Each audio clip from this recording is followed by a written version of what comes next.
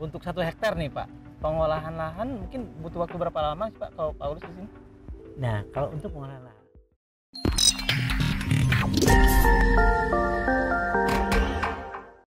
halo sahabat SAK, kembali lagi di acara Kupas Kamis, acara yang mengupas produk-produk SAK sampai habis. Kupas Kamis kali ini saya ditemani dengan Pak Ulus. ya, Pak Ulus ini petani bibit buncis yang berhasil menembus pasar ekspor. Apa kabar Pak Ulus? alhamdulillah baik Mas Ujang. Alhamdulillah. Pak Ulus, sekarang lagi sibuk mengembangkan komoditas apa lagi nih Pak?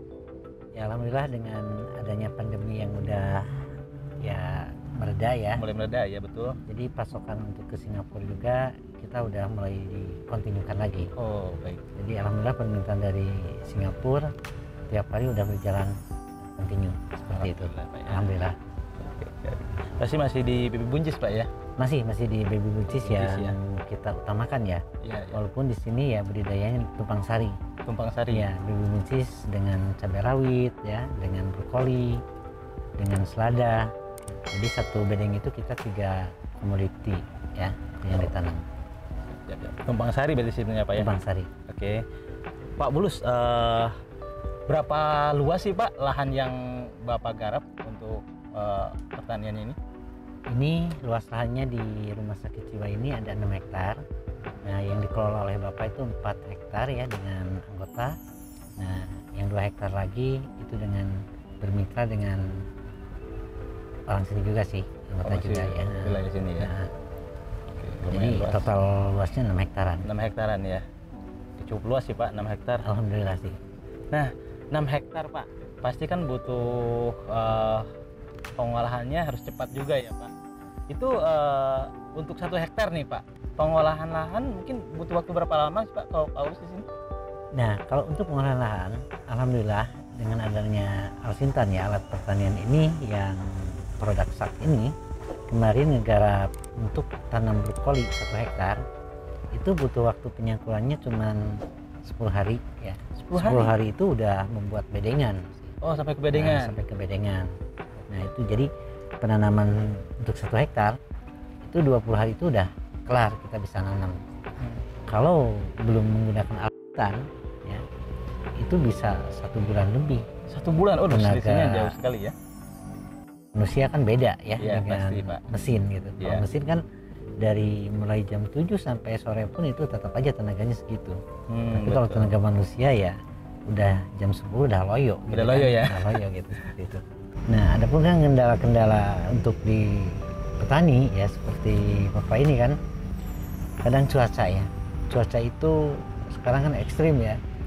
Akhirnya kita panen brokoli juga produksinya tidak 100% kejual. Iya. Kadang itu cuma 50% yang kejual.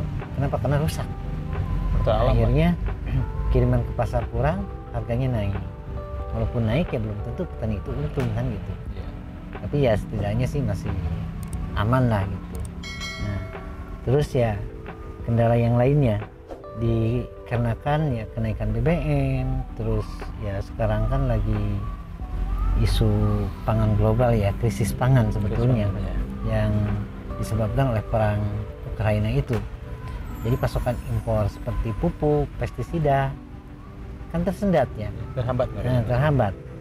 Makanya itu pupuk aja dari misal 8.000 itu 100% ada yang naiknya. Kadang ada yang 120% naiknya. Tinggi sekali Pak. Ya kan bagi petani itu ya Jadi tantangan kendala. juga kan, Iya, betul, kendala. betul. Walaupun ya Bapak nggak pakai pupuk kimia ya. Iya, iya. Tapi kan kebanyakan petani yang lain masih pakai pupuk kimia, ketergantungan oleh kimia, akhirnya mereka kan gagal produksi gitu kan.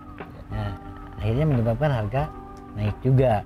Nah, itu jadi kendala-kendala seperti ini ya pasti dialami oleh petani ya. Ya. Gitu. Pak, ngomong-ngomong pupuk organik berarti ya. Bapak pakai pupuk kompos juga? Nah, yang di lahan Bapak ini pupuk dasarnya itu pupuk kompos. Pupuk kompos. Yang asalnya dari kotoran ayam, kotoran sapi ya, ada kotoran kuda juga. Kita oplos semuanya, dibolak-balik fermentasi ya. Ya. Terus selama 1 bulan minimal baru diaplikasikan di lahan. Bahan. Selama 1 bulan itu Pak 1 ya bulan. fermentasinya ya. Jadi udah menjadi kompos itu. Udah jadi Udah kompos bagus. ya. Nah, Oke. Siap.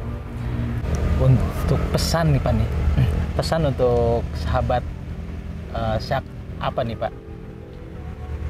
Ya tentunya sih kita kan karena sekarang ya udah di era maju mungkin ya.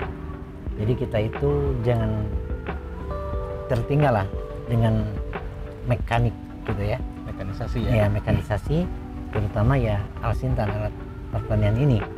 Contoh ya yang Bapak gunakan kan selama ini ada mesin kultivator, itu sangat membantu bukan hanya di sisi biaya kan, Ya. tapi mempercepat program tanam. Ya, betul. Jadi itu sangat dibutuhkan oleh petani. Ngejar waktu itu kan nggak mudah. Kalau dengan manual itu pasti tetap aja sih lambat. Dengan adanya mekanisasi ini ya, alhamdulillah kita itu bisa mempercepat program tanam.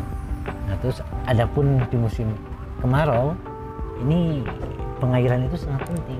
Karena itu sangat dibutuhkan oleh tanaman. Ya pasti Pak. Sebagus manapun itu ya kita pengolahan lahan, pupuknya bagus, pupuk komposnya atau misalnya pupuk kimia pakai yang mahal, kalau tanpa air tetap aja nggak jalan.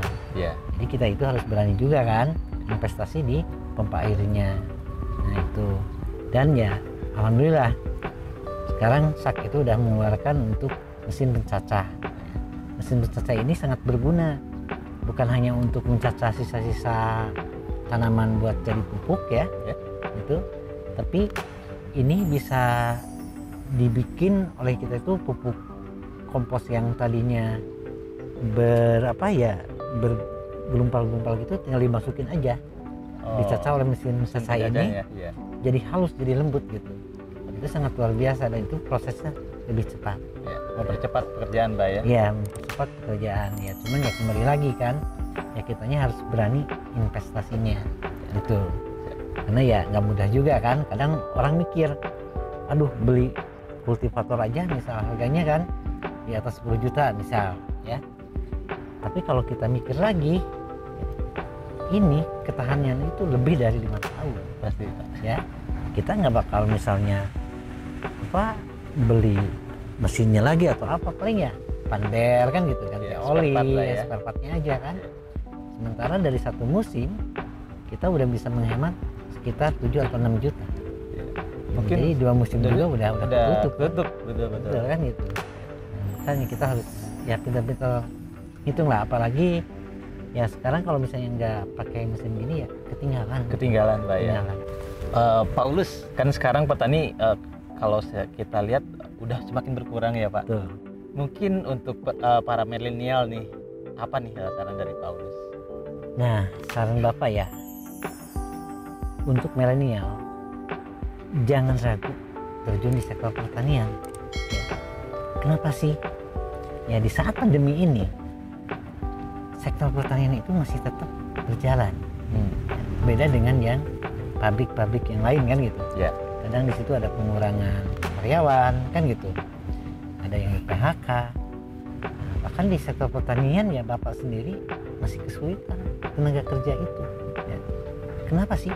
Karena kan produksi harus tiap hari. Ya. Kegiatan di kebun tiap hari.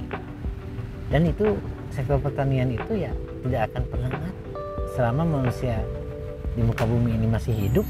Ya tetap aja sih Dibutuhkan Pak ya. gitu Betul, kan. betul. Nah, apalagi di tengah-tengah isu krisis pangan ini, apalagi sih yang mau kita kerjakan? Ini mungkin ya suatu peluang, mohon maaf, peluang bagi negara kita, pelaku-pelaku usaha, terutama milenial, harusnya melek.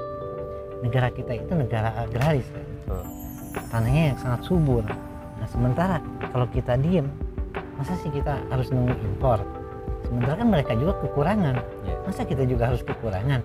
Justru mulai dari sekarang coba terjun di sektor pertanian, ya jangan hanya di budidayanya ya.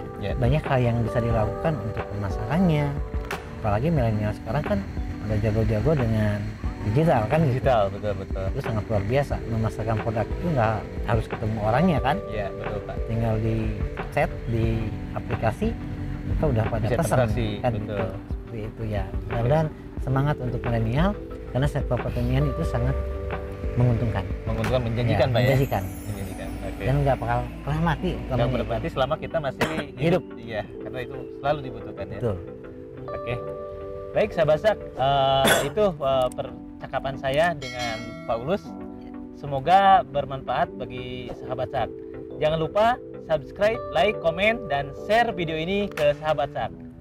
Terima kasih. Terima kasih.